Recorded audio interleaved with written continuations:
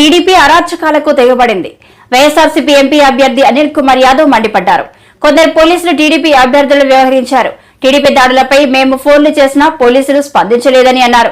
మంగళవారం ఆయన మీడియా సమావేశంలో మాట్లాడుతూ జరిగిన వాతావరణం దాదాపు గత 10 సంవత్సరాలుగా మీరు తీసుకుంటే పల్నాడులో లేని వాతావరణం నిన్న చూడటం కూడా జరిగింది.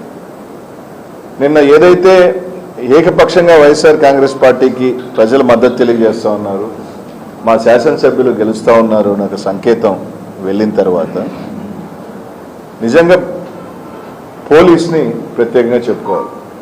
మాచర్ల దగ్గర నుంచి తీసుకుంటే మాచర్ల నియోజకవర్గంలో మీరు చూస్తుంటే కరెక్ట్గా 3 రోజుల క్రితం సిఎల్ని ఎస్ఎల్ని మార్చుకోవటం కూడా జరిగింది. మార్చుకున్న దగ్గర నుంచి నిన్న మీరు చూడండి ప్రతి నియోజకవర్గంలో పోలింగ్ దాకా పోలింగ్ తర్వాత తెలుగుదేశం చేసిన అరాచకం అందరూ కూడా చూశారు. మాచర్ల నియోజకవర్గాలు అయితే దాదాపు ఎస్పీ గారు ఐజీ స్థాయి ఒక అధికారి పూర్తిగా మాచర్ల నియోజకవర్గంలోనే. మా ఎస్పీ గారు మాచర్లకి ఎస్పీగా ఉన్నారా లేకపోతే పల్నాడుకి ఎస్పీగా ఉన్నారా అర్థం కాని పరిస్థితి. దాదాపు నిన్న 10 గంటల నుంచి పలానా ప్రాంతంలో సమస్య ఉందని ఫోన్ చేస్తామంటే ఎస్పీ గారు ఫోన్ ఎత్తరు. డిఎస్పీ గారు అయితే కంప్లీట్ పొద్దున 8 గంటల నుంచి ఫోన్లు ఎత్తే పనే లేదు. కలెక్టర్ గారు అప్పుడప్పుడు ఫోన్లు ఎత్తడం ఆరాగురా స్పందించడం జరిగింది. ఈరోజు బాగా మీరు గమనిస్తే ఏదైతే తెలుగుదేశం పార్టీ గట్టిగా ఉన్న ప్రాంతాలలో అంతా అసలు పోలీసే లేదు.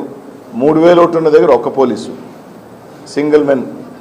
వైఎస్ఆర్ కాంగ్రెస్ పార్టీ గట్టిగా ఉన్న దగ్గరలా తీసుకుంటే ఒక బెటాలియన్ ఓట్లేయనీయకుండా తెలుగుదేశం పార్టీ వాళ్ళు రచ్చ చేస్తూ ఉంటే చెదరగొట్టే ప్రయత్నం.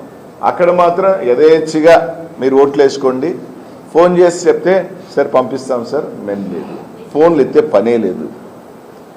ఒక అరాచకమైన పరిపాలన, అరాచకమైన నిన్న చేశారంటే తెలుగుదేశం పార్టీ ఒకవేళ అధికారంలోకి వస్తే ఏ విధంగా ఉండబోతుందో అనేది కానీ ఒక సంకేతాల్లాగా ఇచ్చారు.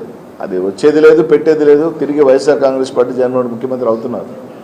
మేము అధికారంలోకి రావట్లేదు అన్న అక్కస్సు.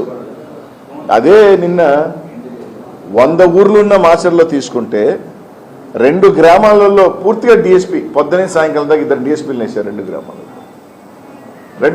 అదే ఒక మండలానికి సంబంధించి కనీసం ఒక ఎస్ఐ స్థాయి అధికారి కూడా తిరిగే పరిస్థితులు లేవు. ఎక్కడైనా ఒక మండలాన్ని డిఎస్పీని పెట్టి పర్యవేక్షణ చేస్తారు. కానీ ఒక 2 గ్రామాలు, సరే ఆ గ్రామాలు దూరమా 2 కిలోమీటర్ల దూరంలో ఉన్న 2 గ్రామాలలో గొడవలు కూడా లేవు. ఆ గ్రామాలలో అక్కడ మాత్రం కంప్లీట్గా 2 డిఎస్పీలు పెట్టారు. మండలాలకు సంబంధించి మీరు తీసుకుంటే కనీసం ఒక మనిషి లేదు. ఎమ్మెల్యే కొడుకు మీద దెబ్బలు తగిలినాయి, ఎమ్మెల్యే గారికి గాయాలయ్యాయి. అక్కడికి వెళ్ళి పోలీసుకి ఫోన్ చేసే స్పందన లేదు. అంటే మాచర్లో కానీ కొన్ని ప్రాంతాలలో అభ్యర్థులు చేశారా ఎలక్షను, పోలీసులు అక్కడ అభ్యర్థులలాగే ఉండింది. ఎస్పీ గారు మాచర్ల చుట్టే ఇంకే ఊర్లో తిరిగింది దాఖలాలు లేవు. వేరే ఎమ్మెల్యేలు కానీ అభ్యర్థులు ఫోన్ చేసి ఇబ్బందులు పడతామంటే ఎత్తేది లేదు.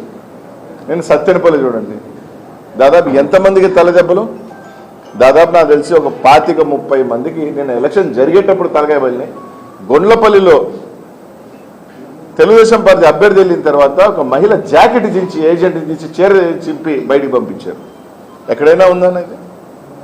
పోలింగ్ బూత్కి వెళ్ళి ఒక అభ్యర్థి తలకాయ బాగా కొట్టారు. ఇది నేను గురజాల, వినుకొండ, నర్సరావుపేట అయితే ఎమ్మెల్యే ఇంటికి మీదకే రాళ్ళు దాడి చేశారు. చిలకలూరుపేట, పెదకూరుపాటు మొత్తం ఉంటున్న ఎస్ఎల్కి, సిఐలకి, ఎస్పీలకి ఫోన్ చేసినా ఫోన్లు వేస్తే మనిషి కూడా లేడు. దాడులు చేస్తూ ఉన్నారు, కొడతా ఉన్నారు అన్న కూడా. ఇవన్నీ ఒక ఎత్తు అయితే పోలింగ్ అయిన తర్వాత ఇది బాధాకరమైన సంగతి. నిజంగా వాళ్ళకి దమ్ముంటే రండి, అభ్యర్థుల పోటీ మేము, మా ఇళ్ళ మీద కొట్టాలా, రండి కొట్టుకుందాం. బీసీలు ఎస్సీలని మీద మీరు కావాలంటే ఊర్లో లెక్కేసుకోండి. బీసీలు ఎస్సీల మీద మాకు ఓట్లు ఏజెంట్గా కూర్చుంటారా, ఓట్లు వేస్తారా అని చెప్పి ఊర్లు గురజాల్లో అయితే కొత్తగణేశంపాడు కానీ కేసినపల్లి కానీ ఒక 10 ఊర్ల మీద ఇల్లు ధ్వంసం చేయటం, మహిళలను చూడకుండా కొట్టారు. పెదకూరుపాడులో 15 గ్రామాలు సత్తెనపల్లి అయితే ఈవెన్ స్టిల్ ఈ రోజు కూడా మాదాలలో ఊర్లో వెళ్ళిపోతే ఊర్లో ఇప్పుడు కూడా పగలు కొడుతున్నారు. చీమలమర్రి, గుండ్లపల్లి, కుంకలగుంట,